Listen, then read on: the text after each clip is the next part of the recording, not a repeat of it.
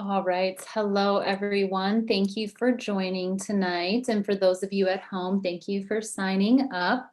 My name is Teal, and I am the regional coordinator for the Midwest. I've been with SheJumps for about a year now. And, if you like this and you like some of what you hear from us, we are actually recruiting for volunteers this year. So if you haven't gotten a direct message about it, please do feel free to email info@shejumps.com, and I can put that email address in the chat.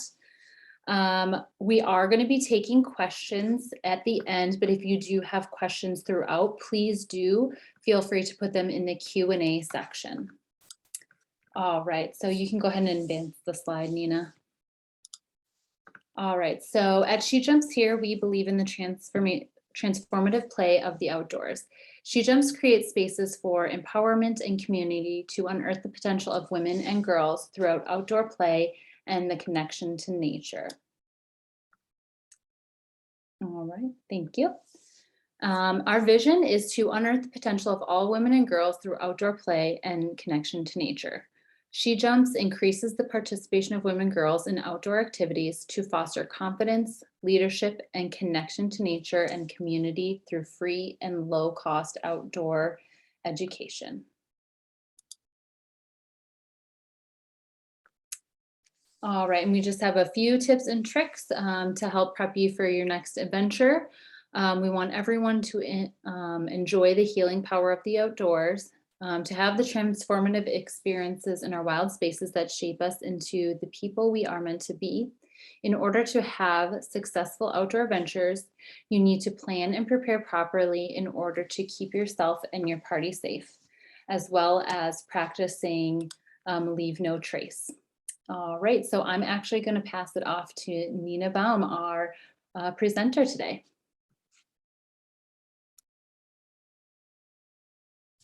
Hello, everybody. Welcome. I am super excited to do this. So first off, for those of you that are here, if you can in the chat, let me know what kind of dog you have. I always find it really interesting to see what kind of dogs everybody has and what type of dog they want to skijor with, because you can do this really with any type of dog. But after that, I want to just give a little introduction about myself quick, and then we're going to kind of go into details. So my name is Niina. I have been dog sled racing. Oh my gosh. Oh, this just skipped forward. Hold on. For about, there we go. Okay, I've been dog sled racing since I was 6 years old. So that's 20 years now. So I've been doing this for a really long time. I've been skijoring for probably about 12 years, and I've just always really loved skijoring because you only need 1 or 2 dogs, and it's just a really great interaction between you and your dog. It's a fun way for you to get outdoors and exercise, and then you're not alone. You get to go with your dog, which makes it way more fun than just skiing by yourself. So, and it's always a good motivator because my dogs are energetic. Then I take them out skiing, I get exercise, they get exercise. It's a win-win. So I really love this sport and super passionate about it. I teach a class in person as well, and I'm really excited to now be doing a virtual class. So it's my first virtual skijor class. And so I'm really excited to showcase all of this to you guys. And I see some of the dog breeds are coming in. So we have Shepherd Husky Malamute mix, and we have a Husky Border Collie mix, and a GSP half Doberman. Those are all great breeds for this. So those are definitely energetic dogs that are going to want to pull. I definitely see that. I personally have Greyhound Pointer crosses with a little bit of Husky. They're called Eurohounds. And that's what you'll see in the competitive circuit of skijoring. But you're just out here to have fun. So it really doesn't matter what type of dog you're going to be using. So typically you don't use more than 2 dogs, unless you're really crazy, but 2 dogs is plenty. It typically would be skate skiing if you're skijoring, but you can do it with classic skis as well. It's just, you know, if you're going to be doing it classic, maybe having a dog that doesn't quite pull as hard or isn't as fast is more ideal. So if you have a smaller, slower dog, classic is completely fine. But if your dog's really flying, then you'd probably want to do skate. And that is kind of the traditional method of skijoring. And you typically be on groomed trails, and my mouse is a touch mouse. It's super sensitive. So next, I'm just going to show a quick video of kind of the impact that skijoring had on somebody that I actually know, and how it kind of transformed their life and everything, and kind of that bond you have between you and your dog. And it kind of gives a fun overview of what you can all do with skijoring.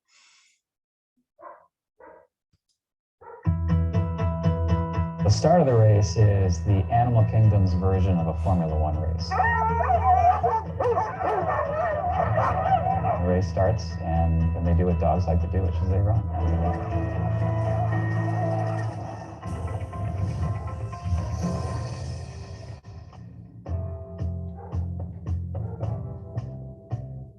You've probably never heard of it, a sport that combines sled dog racing and cross-country skiing. When I saw the great connection that you have with the dog and how much fun it was, that's when I got hooked. This is SKIJORING, and it changed Dallas Johnson's life.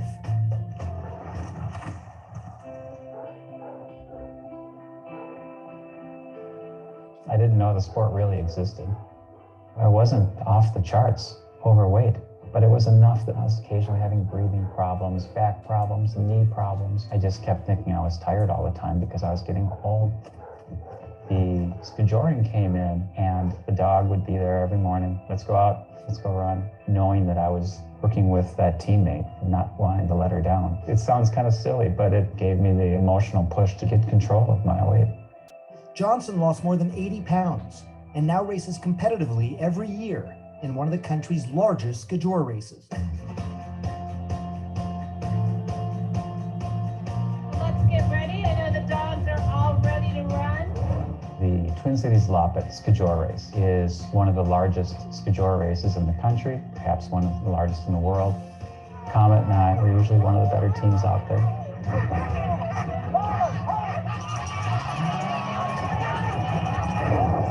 When you're racing, everything's heightened. That's what's so addictive to it. There's nothing relaxing or peaceful about it.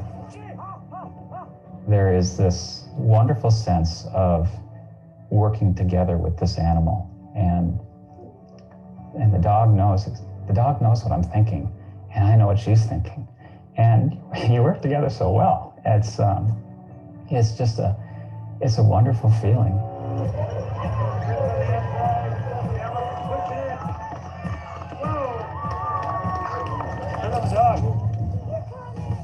The beautiful thing about skijor is that the dogs remind you that the racing is secondary. The being out there and doing it is the important thing. I love Comet. She's my buddy.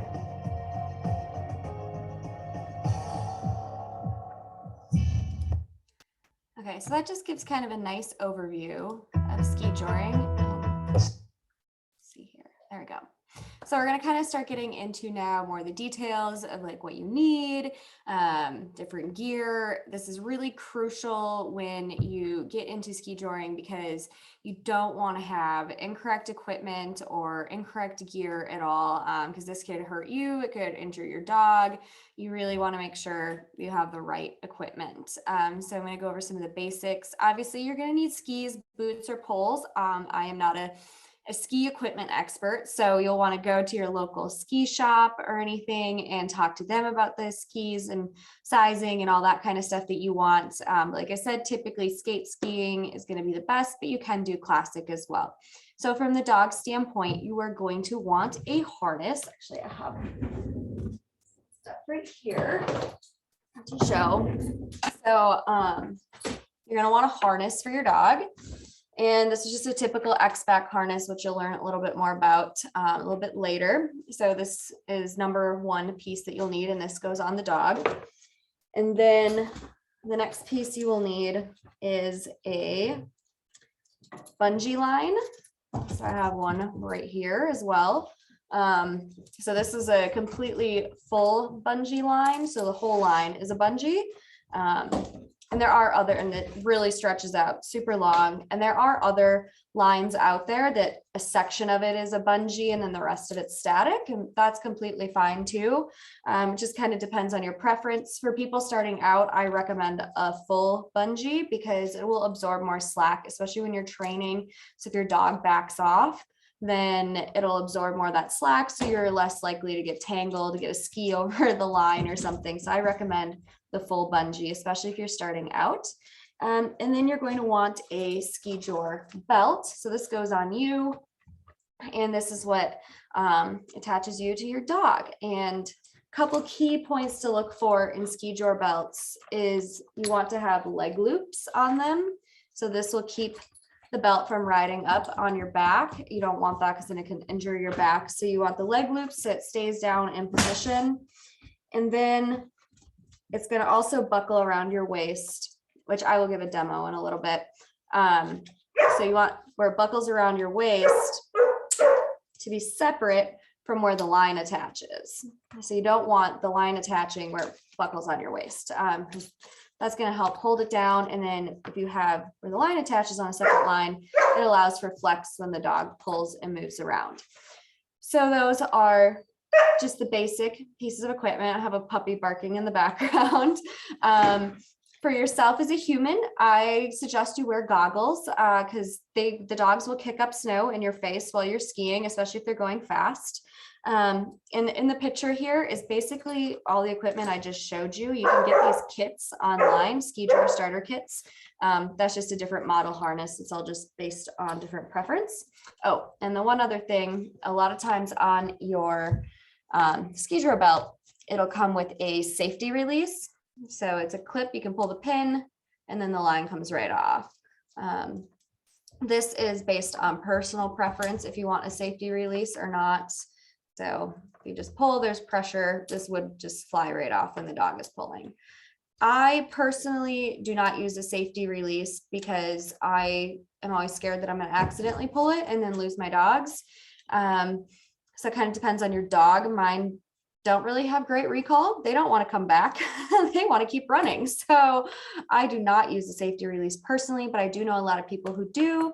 So it is completely personal preference. You do not need to, but you can if you want. And I just use a carabiner, but like I said, a lot of people do use these. They feel it's safe with them and everything. So that's personal preference and an option that you can have as well. And then one other thing I will just mention, which I don't have on here, is people always ask me about dog booties. So little like boots to go over on the dog's feet.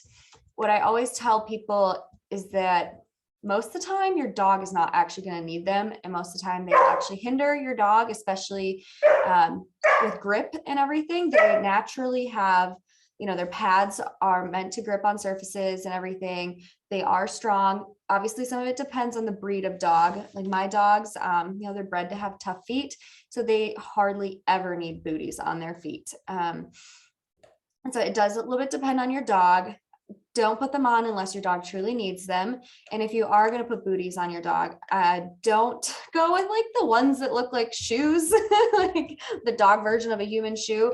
That is just too much and it's excessive, and it is going to completely screw up the dog's sense of feel and their own grip and balance. Just go with something really simple. It's just like a thin cloth booty or a fleece booty or something, just really simple and minimal. It's just one layer of protection that you're looking to have. Forward. Okay, this is going to go into how to harness your dog, how a harness should fit your dog, and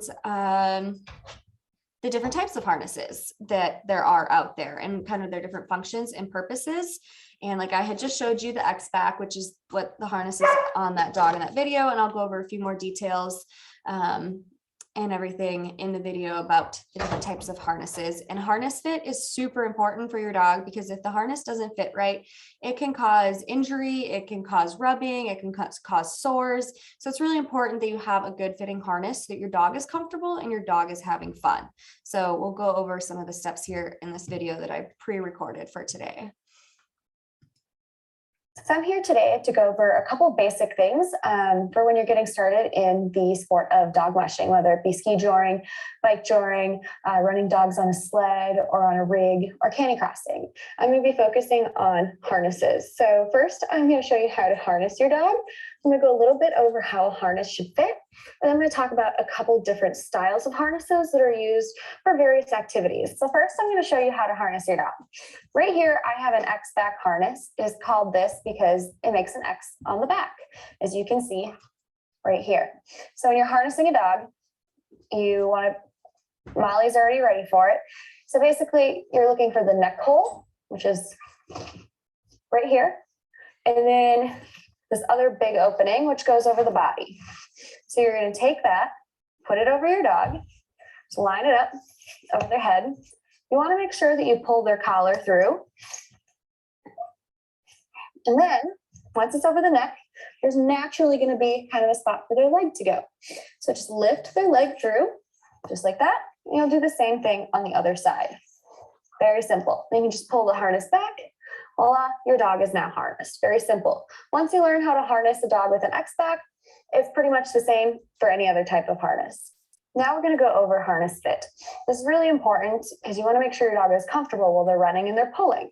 Incorrect fitting harness can cause harness rub, it can cause soreness, and even maybe lead to injury. So you really want to make sure that the harness fits well. So the first thing you want to look for when you put a harness on is that it's not too big on the neck or too tight on the neck. If it's too tight, it's going to constrict their windpipes. It's going to restrict their breathing, essentially almost going to be choking them. You don't want it too loose because then it's really going to shift around on their chest and it's going to pull to the side and it's just not going to be comfortable for the dog. So a reference point is you find their chest bone, which is pretty prominent. It's really easy to find it with your thumb or your hand. And then you want to see where the bottom of the neck opening on the harness lies.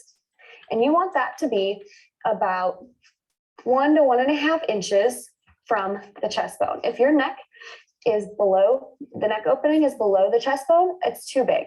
And if it's more than 1.5 inches past the neck bone, it's going to be too tight.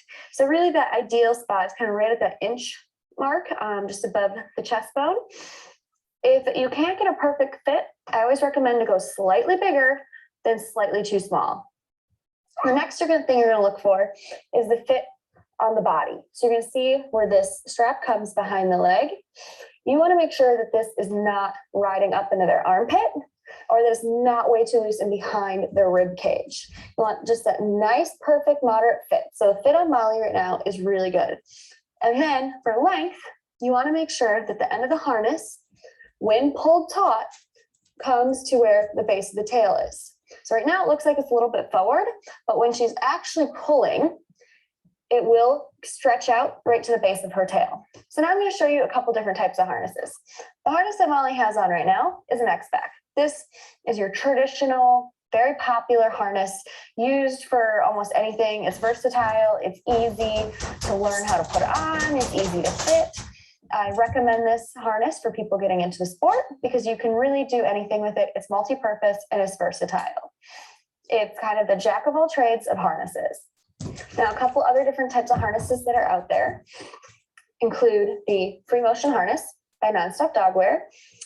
This one is actually adjustable. You can adjust the length of it through these straps right here.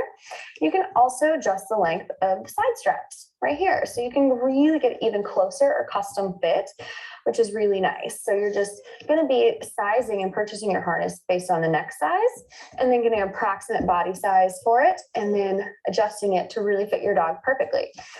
The advantage of this harness and what it's mainly used for is monosports.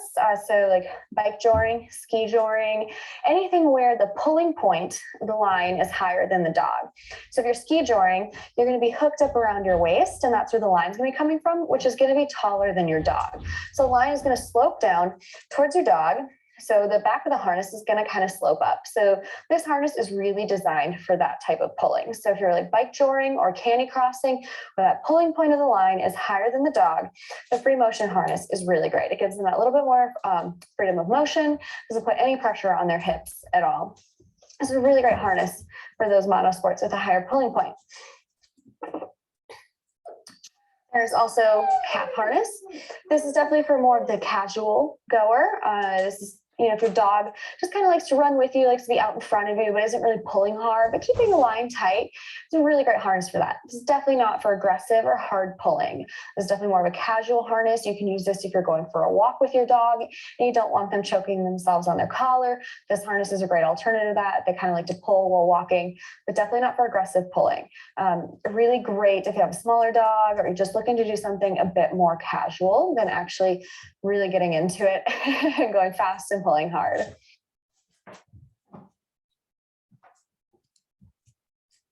Okay, so the next thing I am going to show you guys is the belt fit. So I will stop sharing my screen so you can see that 100% so that it's on me. Okay. Let's see here. Stop sharing, right? Yep. Okay. So here is the SKIJOR belt. And so it's really important that you fit this right on yourself. So I'm just gonna throw this on here quick. So you just put it through your leg loops.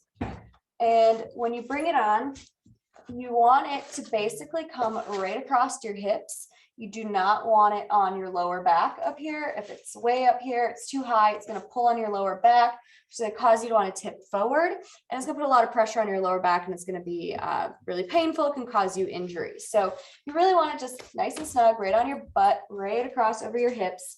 And then you can just do the strap, which kind of keeps it in place, tighten that down. You can tighten your leg straps down so it doesn't ride up. The dog is pulling. And then here is the separate attachment for where you're going to hook your line to. And then you would just obviously, now my dogs think I'm going to go for a run. And then you just hook the other end to your dog's harness. So it's just something I really like to go over with the SKIJOR belt that's really important is just make sure it's not too high up and it's adjusted, that it just comes right across your hips. This creates for a really nice central pulling point on your body. So you'll feel balanced. You won't feel like you're getting pulled over. I will set that aside. And it'll actually, you'll feel like you're being propelled forward, and that you're not being pulled over. So kind of that power and energy from the dog is being channeled through you. And it's a really cool feeling when that happens.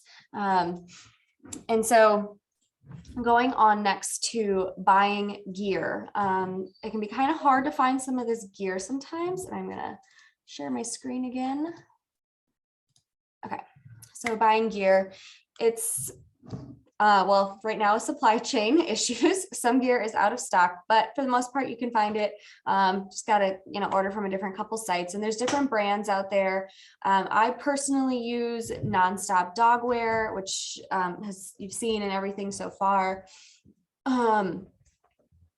I really like their stuff. It's user friendly. It's easy to figure out. International company. They got the full bungee lines.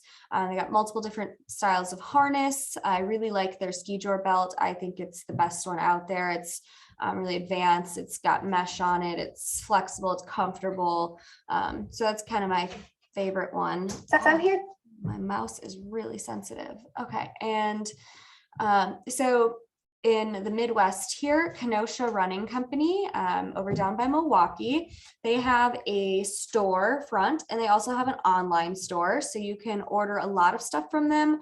They focus more on canicrossing, which is where you run with your dog, but you can still get the harness from them. You can still get the bungee line from them. You can get a canicross belt from them, not a SKIJOR belt, canicross belt, but that's really similar.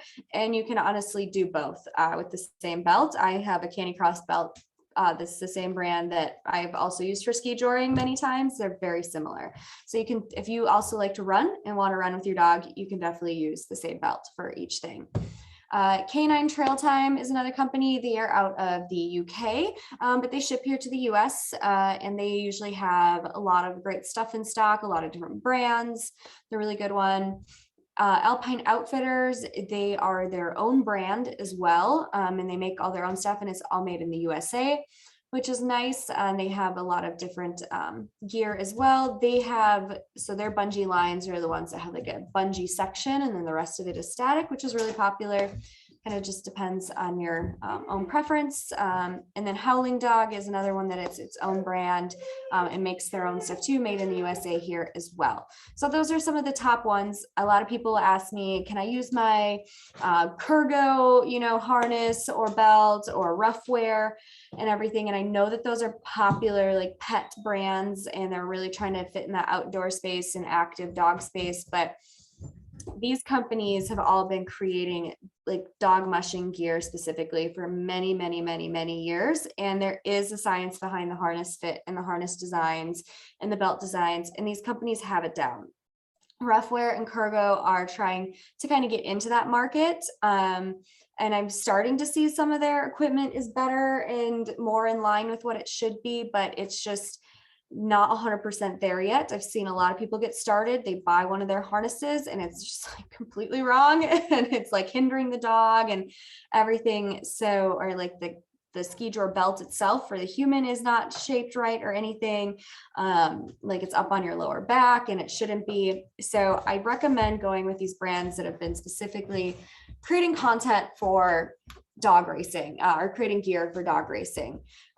They're just well established and they've been well tried and tested. So I just recommend those for anyone who's getting into it. So, okay, now that you've got all your gear and all the stuff that you need and all the stuff for your dog, how do you get your dog to pull you, right? Like, obviously your dog's energetic, but how do you channel that energy? How do you get them to do what you need them to do? And like, how do you tell them where to go or what to do? So there's kind of universal commands that you can use when training your dogs. You're gonna teach them the exact same way you would teach your dog to sit, stay, lay down, shake, rewards, repetition, and so forth. So in the world of skijoring, there are some universal commands. You don't have to use these commands, but it's just kind of what everybody does use, and it's very universal. So if you end up, maybe buying a dog from somebody that was a musher who trained these commands, then you would know the same commands. So to start your run, you would say hike. Let me back up one second. Nobody says mush. Nobody says mush. That's only in the movies. So everyone always thinks, oh, do you say mush when you begin? No, nobody says that. That is a movie thing and it is completely false. So instead of saying mush, we say hike to go. So you say at the start of your run. To turn right, you say G. To turn left, you say ha. To kind of go straight ahead or to just ignore something, just to keep going is on by. Some people say straight ahead. There's some variations on this one. If you want your dog to slow down, it's kind of like easy, easy, whoa. And then if you want to stop, it's like a really loud whoa, but that kind of works sometimes. Your dogs don't usually want to stop. Hey guys, hey, my puppy wants to play right now. So there's some, great commands right here to start with. And those are kind of the main basic commands. And you could just teach your dog how to do those. So if you want to teach them how to turn right, you're going down a trail, find an intersection and, call the command and then turn that way yourself, even with them. And then if they do it correctly, reward them, give them a treat, repeat, repeat. If they don't turn, make sure they do it. If they try to go the other way, stop them, fix it, correct it, so they know the correct way to go. So then teaching them how to pull, that's, always fun too. So at first it's going to feel very different to them. I'm just going to set these two in the other room quick because they're going to be loud. Come here, guys. Over here. There you go. All right. So teaching your dog how to pull. When you start out, you're going to put a harness on them. You want them to get used to having the harness on them and that feeling of just something on their body. And then you can go for walks with the harness on, just hooking up to your leash so they get used to just having that feeling of a little bit of pressure and everything and that pulling feeling. Or you can You can like just attach something lightweight to the harness in line, like a small tire or a block of wood, any sort of little thing that would just kind of slide nicely. You can attach that, and then you can even go in front of your dog so that then they have something to kind of chase, which would be you. So they kind of follow you and get used to pulling, and they have you to focus on as you run ahead of them as they're pulling something. Or you can, have them attached to you and then have a friend running in front of you as well. It's always fun to rope friends into the training process. At first, when they pull into that harness, they're trained, from going on walks and stuff with their collars, that when there's pressure that they should back off or stop. So, but they will learn eventually the difference that when the harness comes out, they're allowed to pull. Whereas if you're just going for a walk with the collar, they're not allowed to pull. So they will learn with that in the harness, pulling is okay. So when they first go to pull, they're going to feel this pressure and they're going to be like, oh, I don't know. And they're going to back off all of a sudden. And something I see everybody do is they don't expect the dog to back off, and then everyone runs right into their dog. So you want to kind of avoid doing that, because you could scare your dog. And now your dog's freaked out that there's something behind him and it's going to run right into him. So just being really conscious that the first few times that your dog gets used to that pulling feeling, they're probably going to stop. So what I always try to say is, when your dog is pulling, speed up to encourage that pulling. And then as soon as they stop pulling, you want to stop too and slow down. But being very, very cognizant of when they are doing that, because you don't want to run into them. So I don't really recommend your first time training a dog be done on skis, because it can be tough to stop quickly on skis. So that's why I like to say, go for a walk with them and do it that way, or be jogging with them, so you have more control over your own actions when you're training them to pull. Once they get comfortable with the pulling process and they're consistently staying out in front, then by all means throw them on with the skis, but make sure you know how to ski. Something I see a lot people do is they will buy a pair of skis, they have their dog, the first time they'll just put it all together, and then you're falling because you don't know how to ski, and then your dog's getting freaked out because you're falling behind them and everything. So definitely make sure that you feel comfortable on skis and that you have control when you are on the skis, because if you don't have control, it's just going to end up in a big mess, and you could end up really deterring your dog from wanting to skijor because they get kind of freaked out. So obviously reward them when they do well. Positive, high-pitched voices are really great in reinforcing when they're doing well. So there's some kind of basic tips on training your dog to pull. And then here is a video of she's now a full-grown dog, but this was one of her first times ever skijoring. So you'll just kind of get to see how she was pulling and some of the things that she was doing. You'll kind of see she'll look back a couple times, looking for that verbal reinforcement from me. She's getting kind of used to that feeling of pulling.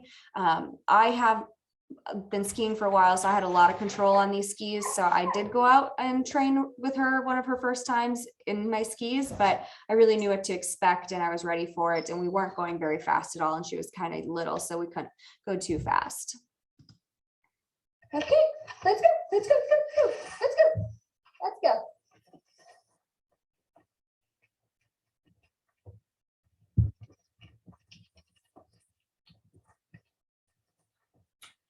Woo!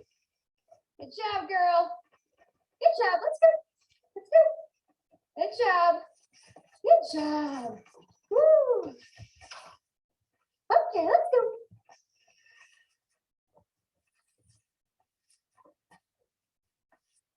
Woo!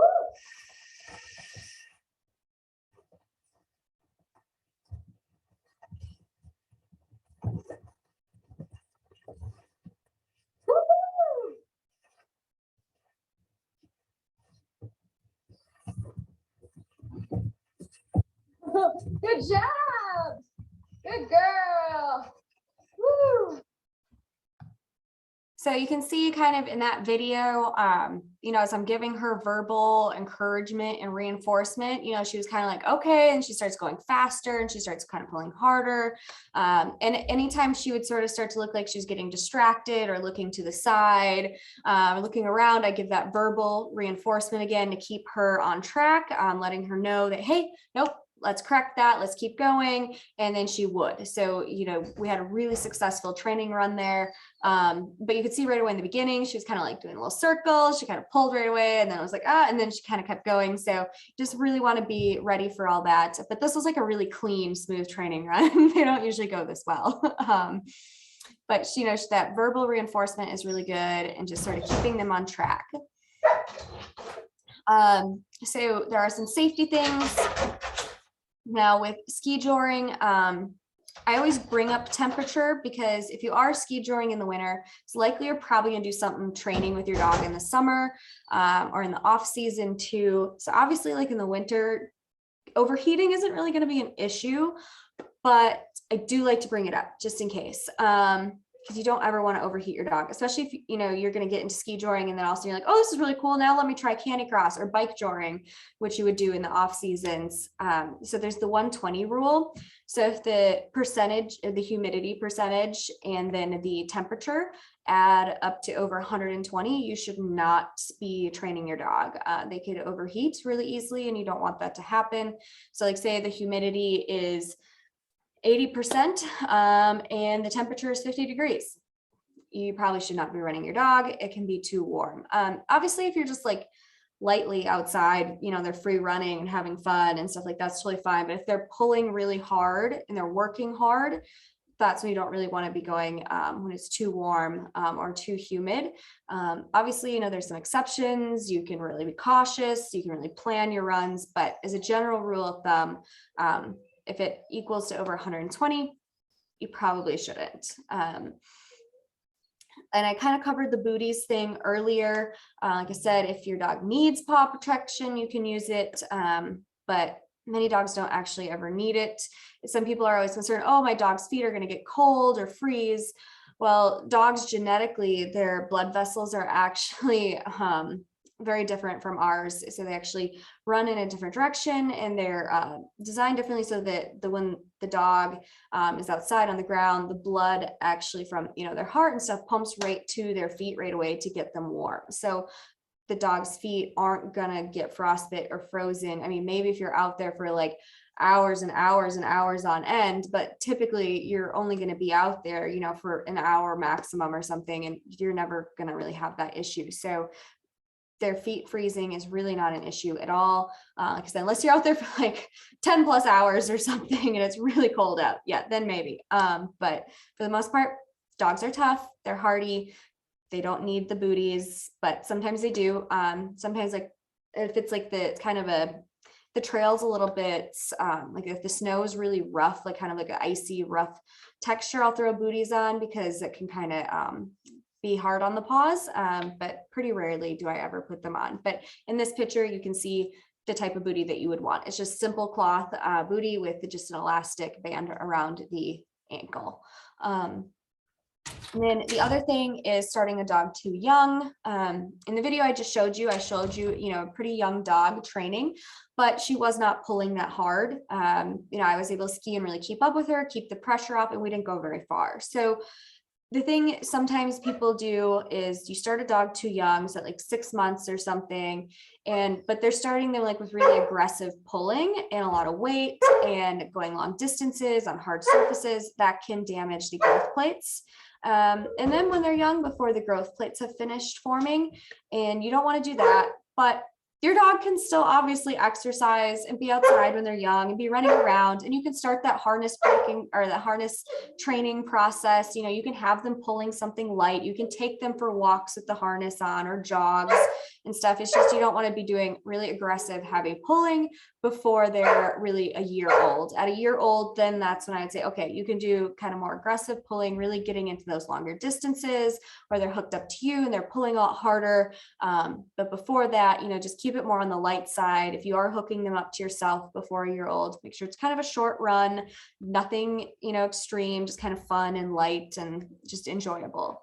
And then the other tip, which I kind of mentioned earlier, learn to ski before adding a dog. It'll make it safer for you, make it safer for your dog, and it'll make it a lot more fun if you know how to ski.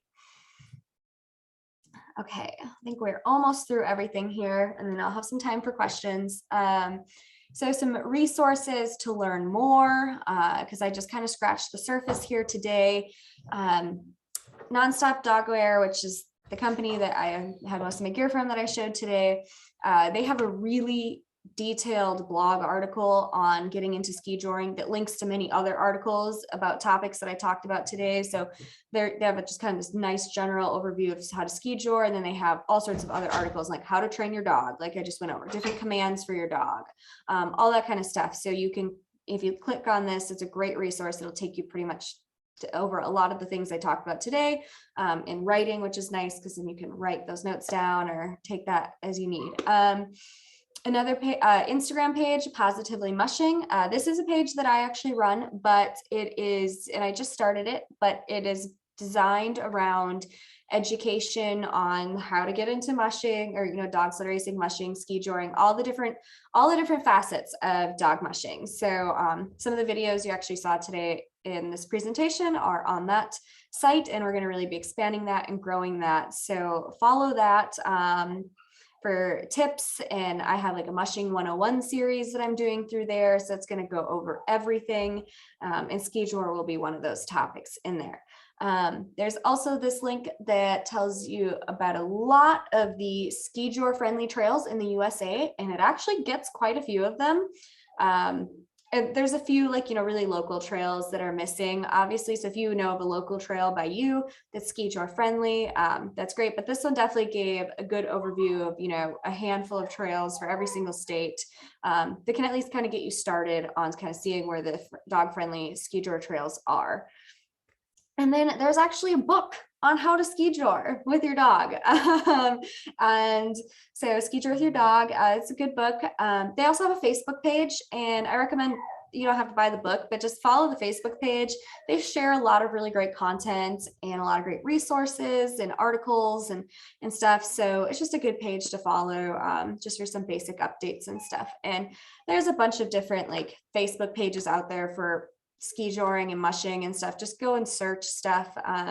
There's like mushing tips worldwide and a bunch of other things like that. So some of them are a bit more general. There's not a ton that are skijor specific, but the Skijor with Your Dog Facebook page is also a good one. Okay, any questions? That 45 minutes, not bad. Yeah, thank you so much, Niina. I just want to give anyone a little bit of time to type anything in the Q&A if they have any questions. So yeah, anyone, please feel free to write in there if you do have any questions. We do have one here, Niina, that is asking, can you tell us a bit about your dogs? Where did the competitions take place across the US? Oh, definitely. Here, I can stop sharing too. Okay, there we go. Okay. Yes, so my dogs, okay. Let's see here. So I have 4 dogs, which is, well, and a 5th one now. I just got a puppy. I keep forgetting I now have 5 dogs. They are Eurohounds, Greyhound Pointer crosses with a little bit of Husky. And then I have one that is more Husky than the rest. And he's my fluffy one. He's the one I take camping with me too, because he can be okay in the cold. But they all live in the house with me, and they have their own space downstairs, fenced in yard and everything. My dogs are specifically bred for dog sledding. In addition to skijoring, I do a bunch of other activities. I do bike joring in the fall and spring, and I canicross. I also race on a sled too. I'll take all 4 of my dogs and race on a sled as well. So I do a bunch of different activities with them. They're specifically bred for this, so they're very high energy. I do not recommend them as pets because they take constant training and constant energy. But I've been all over the world with them. Molly, my main dog, who was over here earlier, I went to France with her to compete. I've been to Sweden with her to compete. We've been to Alaska, Canada, all over and stuff. So I've raced all over the world too. For the US, for racing, you know, the Midwest here is really a big hub for it, especially northern Wisconsin, because we get a lot of snow, which is nice. Got to have snow to skijor. So in the first video that I showed, they mentioned the skijor elope in the Twin Cities, and I've competed at that. It is also the national championships at that race as well. But you can also sign up if you're just having fun. There's a lot of recreational teams that come out and race at the Lopit in Minneapolis, and I love that race and highly recommend it for everybody. It's super fun, super supportive, amazing trails out there, just a really great environment for that race. Then there'll be a lot of like local, smaller regional races across the Midwest. So northern Wisconsin will have quite a few. And if everybody wants in the chat to tell me where you're from, that'd be great, because maybe I can let you know if there's a race near you. So northern Wisconsin, which is where I'm based, has quite a few. The UP, Upper Peninsula of Michigan. My dogs are telling me I'm out of time. Oh no, they're back there, scratch at the door. UP of Michigan, Lower Michigan, Minnesota. So I mean, Midwest is a really great spot for it. There's another hub kind of out on the East Coast, obviously where they have snow. The West Coast does as well. Alaska. I mean, there's a lot of skijor races in the regions that there's snow or ski trails and everything. So they're really everywhere. We got lots of people in Oregon. I don't specifically know exactly what skijor races are out over there, but I could definitely find that out, and I can kind of put together a list after this. Because I know there are, I got my door open. I know there are some skijor races out there. I have some friends out there that compete out west, so I can get a list of some of those. Yeah, thank you. And if you pass those on to me, I can make sure that's in the follow-up email for everyone. Niina. Thank you. Yeah. Another question is, how often should you give your dogs water breaks while skijoring? Yeah, that's a great one. So actually, something that this prompts me that I should have brought up during my presentation is baiting your dogs. It's a term we use. So basically, before you go out and train, you would give your dogs flavored water, essentially is what it is. So like, I'll take water, I'll mix in some canned food or some hamburger meat, whatever I have on hand that makes it really enticing to them. And I'll give that to them about 2 hours before I go skijoring. So it really hydrates them. And so then I can do easily up to like, 10 miles and they'll be fine. If they're properly hydrated. Now, don't give them all that water like 30 minutes before going, because then their bellies are gonna be full, they're gonna have to be peeing all the time. You wanna give it about 2 hours to kind of go through their system, actually get into their system, hydrate. So I always recommend right about 2 hours before you go out. If it's a really warm day, so like you're skijoring in the spring or something, and it's bordering like 32 degrees or something like that, obviously, you're probably not going to do 10 miles without taking breaks. So it really depends on the temperature. If it's cold out, they'll be fine. And a lot of times if a dog is, feeling warm or thirsty, on the trail, they will actually like stop and eat snow too. So that's just a good way to give them a break. And you don't really need to, if you're skijoring, you don't really need to carry water with you. You can just stop, give them a breather, let them eat some snow if they want, and then they'll be fine, because you don't want to over hydrate either. That can cause some issues, but just making sure that they're hydrated to begin with is key, and then you'll usually be fine from there. And just know your dog. I mean, your dog's going to signal to you if they need to stop, or if they need some water or if they need a break. Thank you. All right, we have another one that says, as someone that is newer to skate skiing with a very energetic dog, a German short hair pointer and Doberman mix, any tips on how to handle the inevitable wipeouts that will happen? Yes, they are inevitable. I still wipe out, even though I'm pretty good at skiing. It is inevitable. I would just say, start on easier trails. Don't go on like a ski trail that has a lot of corners and hills and stuff. Start on something maybe a little flatter, a little easier, so you're going to have more control. Another great thing when you're starting out, the biggest thing with skijoring is your balance, getting used to that feeling of being pulled while on your skis. And something I always tell people as a tip, when you have that skijor belt on and you have the line out in front of you, actually grab the line with one of your hands, because that will actually bring your center of gravity in, and it'll kind of balance you, and you can use the line to kind of keep yourself from tipping and falling backwards or forward. It really just for some reason just really helps bring in your balance. If you just grab that bungee line in front of you as your dog is pulling, it just kind of really centers everything and will help with your balance, and that will help keep you from wiping out. I would say the biggest thing is you just don't really want to run into your dog. So, if you know you're wiping out or it's just inevitable, just try to make sure you're not running your skis into your dog. You're not hitting them with your poles by accident or something. You just be very conscious of where your dog is at, really. But yeah, just grabbing that line in front of you will really help with your balance and keep you from falling as much.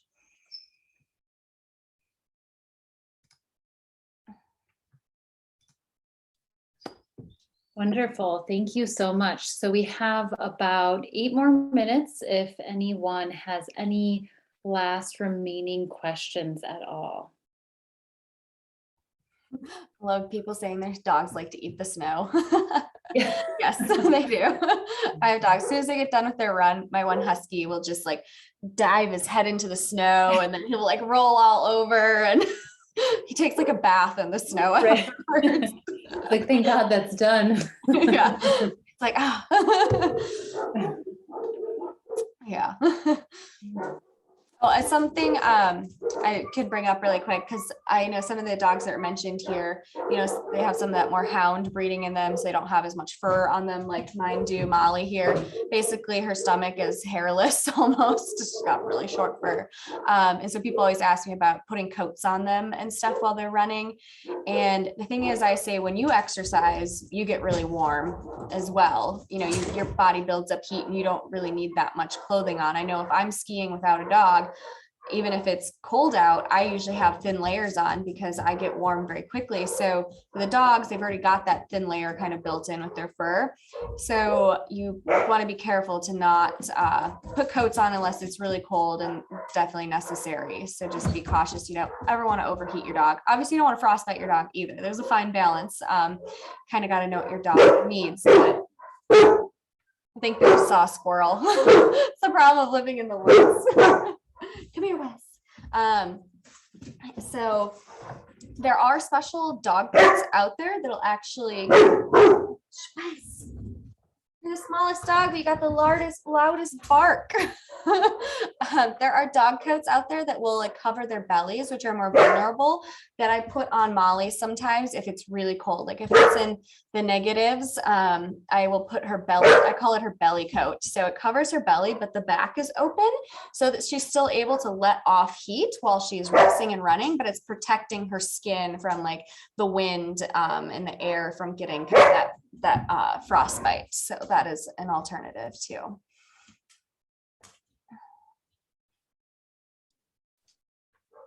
All right, so we haven't had any other questions filter in, but I want to say thank you to everyone for joining tonight and for everyone that signed up, and we'll be getting the recording.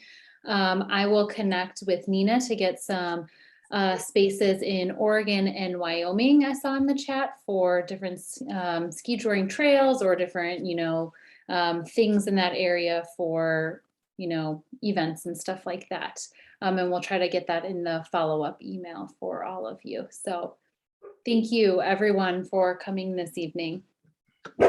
Thanks for putting up with my barking dogs.